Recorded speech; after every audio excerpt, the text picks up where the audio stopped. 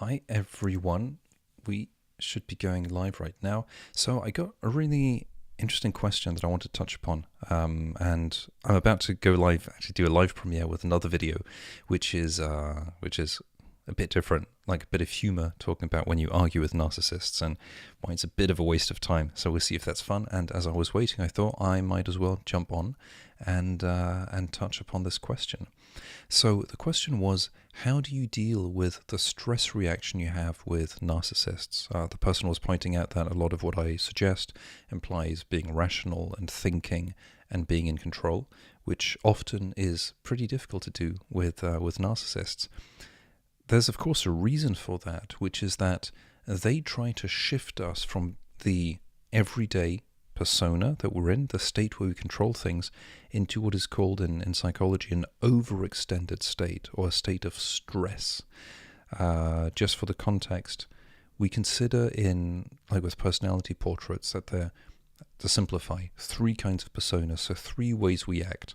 One is the way that we are deep down inside. The other one is the way we like to be, the way we show up on a day-to-day. And the last one is how we act when we are stressed. Now, when we're stressed, some of our regular qualities tend to change, to be a bit different. So, for example, someone who is normally adaptable, when they are stressed, becomes unfocused. When someone is accommodating normally, so they like to get along, they don't like fights, they become acquiescing. These are, by the way, if you're familiar with the DISC model, and I'll talk more about this soon, these are the people-focused people. They are people-focused qualities. And generally, the people who have stronger people-focused qualities are more likely to be, so not the only ones, but maybe more likely to be easily manipulated by narcissists.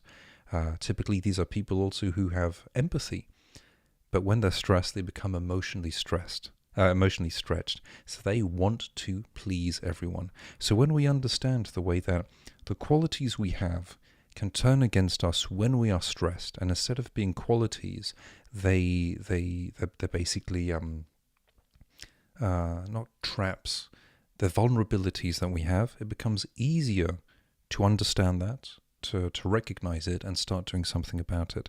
But the main point here, the main question here was, how do you manage it when you understand rationally how, quote unquote, you're supposed to behave? And when you're faced with somebody who winds you up, how do you remain in control? There is one main way of doing this, which is to, first of all, recognize the symptoms. Recognize the symptoms in your body and see what that is. It's like the warning signs. That can be you stop breathing, or you start feeling flushed, or your heart is racing faster, or you start having the bitter taste in your mouth, which is the adrenaline, or you feel that you're shrinking, or something that I've noticed with myself, which is really bizarre, is when I look around me, everything seems sharper, everything seems clearer.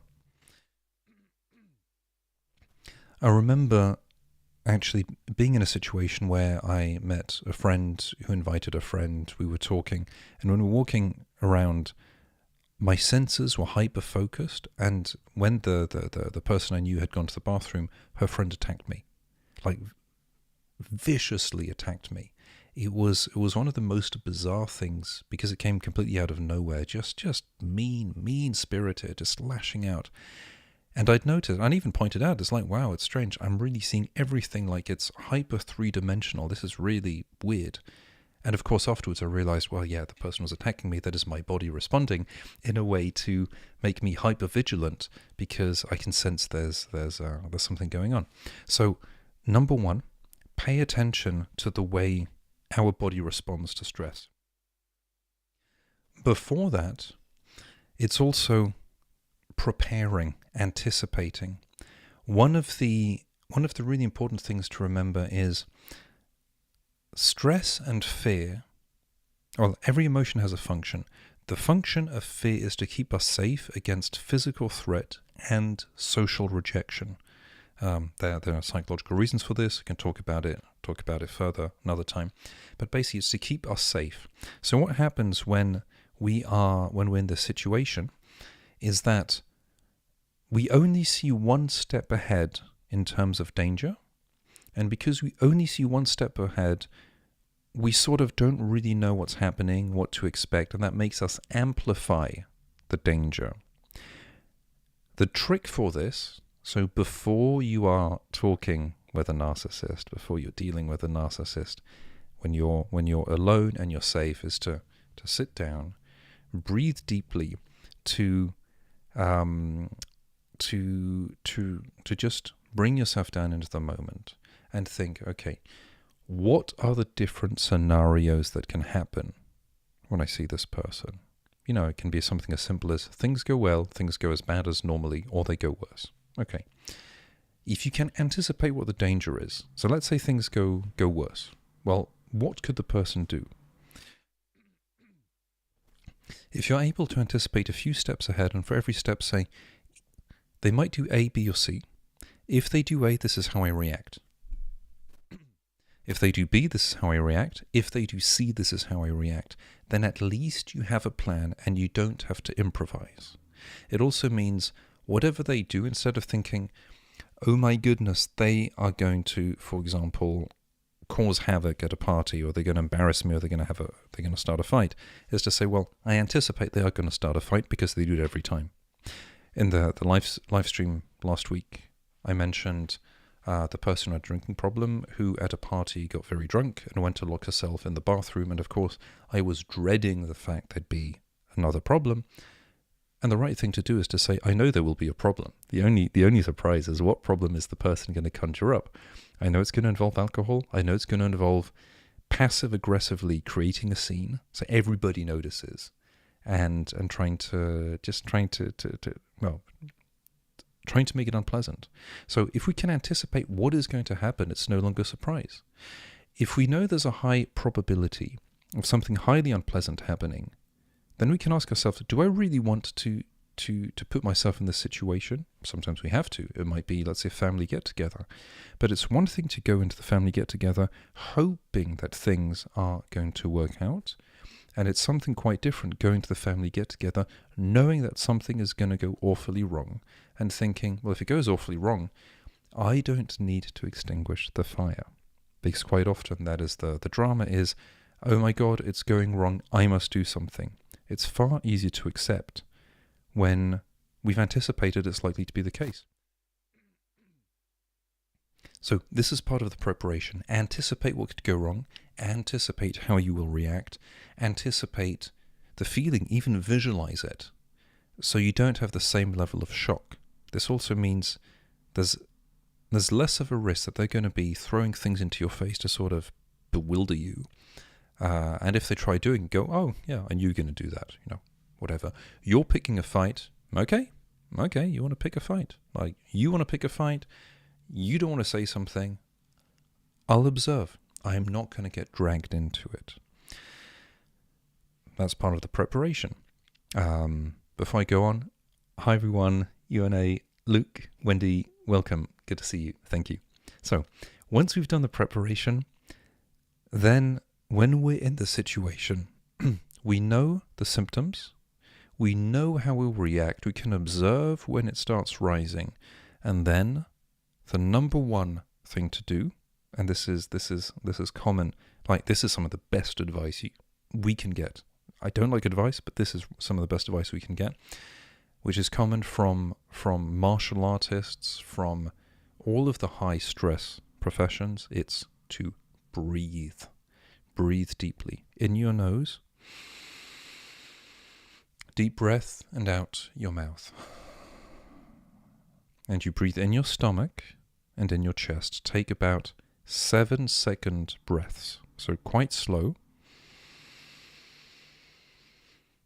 And then actually keep it for a few seconds, and then breathe out. And then when your lungs are empty, keep it for a few seconds before breathing again. What this does is it tricks your body to think you're relaxed.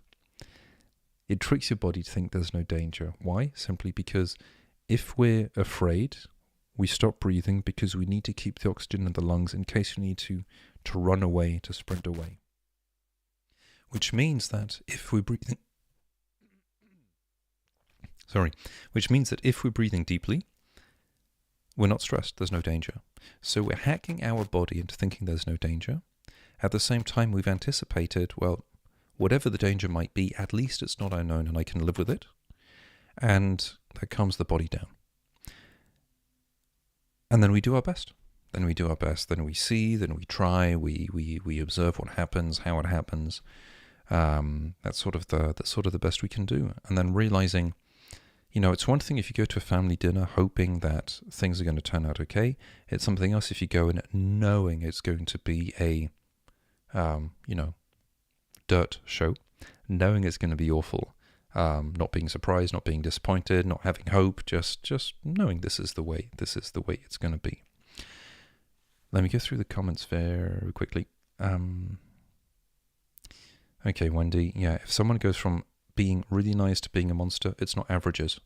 Remember, you don't average the two out. The worst that someone... People show you the worst, and that's what counts. The rest, that's probably just a mask. My most recent video, not live stream, but one where there's a person wearing masks, talks specifically about this. You might enjoy that video if you didn't see it. Yeah, okay, my goodness, that's, okay, manipulation, yep, okay. And incidentally, I programmed a live premiere that's going to start in about 15 minutes. That should be rather funny. I want to do something a little bit different. I was having these dialogues in my head, seeing some, on different platforms, strange comments, where you could assume it's criticism that someone is doing, but actually the way it's formulated, it doesn't make any sense. And so I was playing out this dialogue in my head, and I thought it'd be fun to do a video that's a little bit different, imagining a conversation or attempted conversation with someone who's using the tricks in the toxic toolbox. Let me know, by the way, if you have comments, because I'm pretty much gonna be online for the next 10 minutes, and then we'll do the live premiere. Something else I thought, yeah, let me share this with you, because it could be relevant. You might be familiar with ad hominems. Ad hominems are when you attack someone instead of addressing the argument. So in this video, I talk about one person saying that 4 + 4 = 8, and another person says, well, you don't have a PhD in mathematics, so how the hell do you know that? Which is what I'd call I'd actually separate two ad hominems. You've got the negative one, which is attacking you. You're a bad person, so we shouldn't listen to you. Or you're an idiot, you don't know what you're talking about.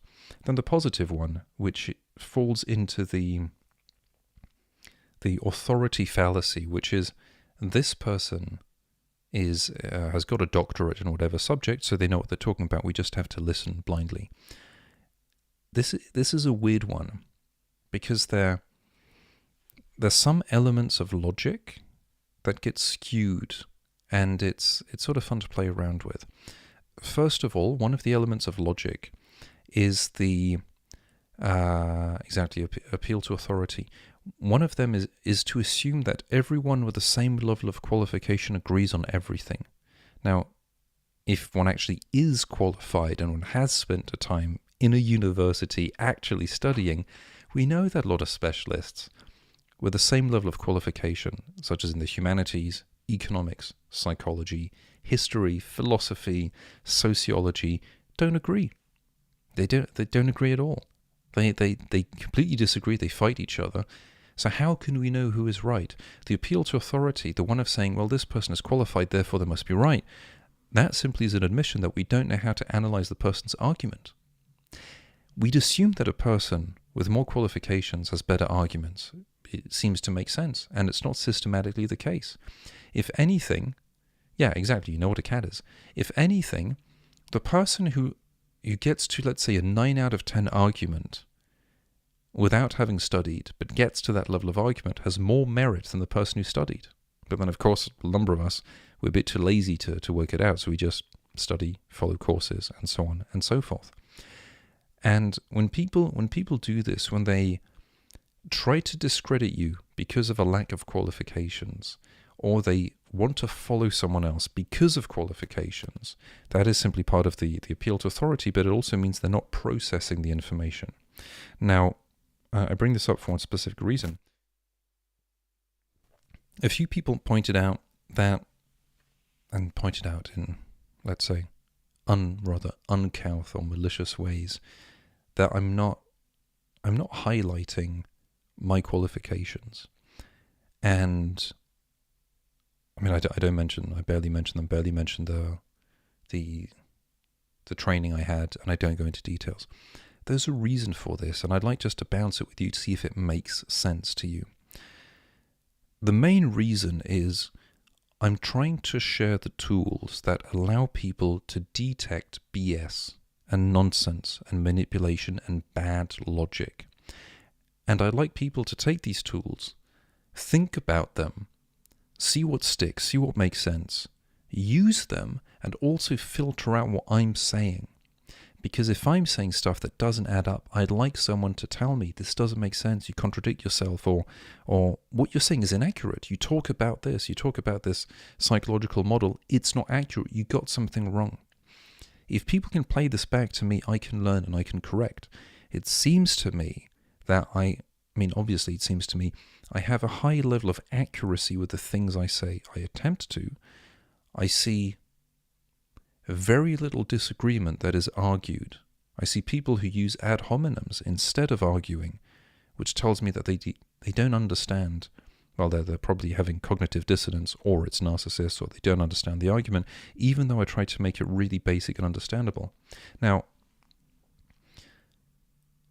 this is why I'm sort of conflicted. I prefer to say, these are the ideas.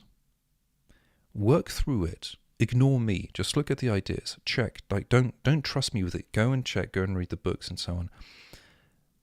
I think that's more constructive. I think that if I listed my credentials, that would increase, first of all, the focus onto me, and I don't want it to be about me, but it would also increase the risk that people delegate to me the responsibility to get things right and just take things on board and say, well, he said that, he knows what he's talking about, so I don't have to think. I'd like to avoid that. Let me know, does this make sense to you, the reasoning, the rationality behind it? I know some people say, well, that probably means you're not qualified. And okay, well, my point there would be to say, well, let's imagine I'm not. Instead of me going, well, you should listen to me because I have diplomas or degrees. But to say, let's imagine I'm not. Just filter it as though I'm not. Filter it with maximum suspicion and see if it makes sense. Just like with if I present that 4 + 4 = 8, and I can prove it to you, and you think it's convincing, okay, you find the argument convincing, not me. It's not about me, it's about the argument. That's my thinking. I might be wrong. This might not be constructive. But yeah, that's my thinking. And I know that were I to list the credentials, I probably would gain more credibility, but I prefer to not it be about papers which can be faked instantly, which can be Mickey Mouse degrees, which can be things that are, well, yeah, faked, purchased online, just random, really low resolution. I really want to make it as much as possible about arguments and logic, and the things where, the number of things actually, I learnt them during my studies, and I learned them in courses, but I only really understood them when I experienced things. And that's one of the things I try to do, is take this, explain it in a way that makes more sense, that seems more tangible than if it were just dry. Okay, listen, the video is going to be starting in about 5 minutes. I'd love to have you join for the live premiere. I think it's going to be fun. It's more of a sketch format. It's different to what I do. At the same time, I think, well, normally, it's just me talking to you, or talking to a camera and knowing that you're there. In this case, I wanted to make it a little bit different. So me talking to an imaginary person playing two people. There we go. If you can join, that would be great. And you know what? I'm actually going to put, here we go, in the chat, the link. And there we are. And so you are welcome to join. So anyway, everyone, thank you very much for joining this. I hope to see you in a few minutes, and I hope to see you soon. Keep all of the questions coming. You have any specific requests for topics? Like I did the short video here was somebody asking about how you deal with stress. More requests, let me know. If you're not seeing notifications, then something you can do, by the way, is unsubscribe, resubscribe, watch a full video until the end and like it. And that's a way to trigger the algorithm. I know a lot of people haven't been seeing my videos. I've got very bizarre low views. And many people said, I thought you stopped posting videos because I haven't seen anything on YouTube, which is a bit, a bit strange. So even if you're seeing the videos, if you do, that will give the channel a bit of a boost if you think that's worth it. And if you haven't been seeing it, then it might be this. I saw, by the way, a very large channel say that the algorithm had been punishing them. This is a rather funny thing, by the way.